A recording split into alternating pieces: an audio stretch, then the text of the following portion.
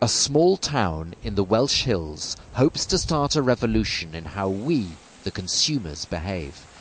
Crickhowell calls itself a fair tax town.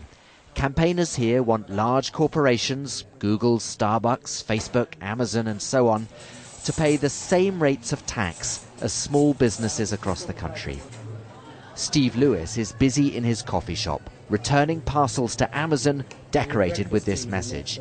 He wants people to start asking whether it's right to carry on using companies that give so little back in tax. Their brand is their strength. Now, if you erode that brand in the consumer's mind and the customer's mind and start them thinking, well, are these guys good citizens? Are they part of our community?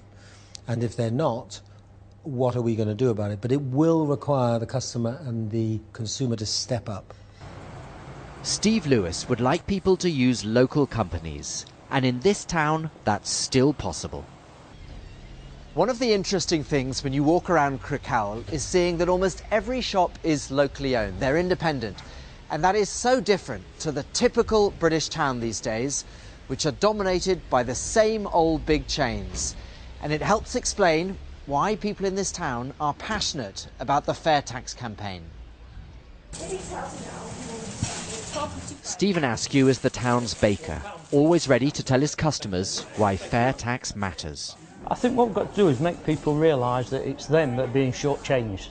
You know, if everyone paid the fair share, we'd have had a hospital full of doctors and nurses, we'd have had a full police force, there wouldn't be potholes all over the road, we'd have good service in a country with no austerity, perhaps everyone would pay a little less tax. Just round the corner, Jeff Thomas sells clothes for hiking in the notoriously wet Welsh Hills and is a prominent member of the campaign. It's a really nice, well-fitted jacket. The whole thing is just so wicked and naughty. You have enormous firms in Britain making millions and millions of pounds and contributing nothing to the infrastructure of the country. And as far as I see, it's the sort of breakdown of civilization as we know it if it continues as it is. But are politicians ready to take on global corporations? And are we ready to stop searching on Google, friending on Facebook and drinking coffee in Starbucks?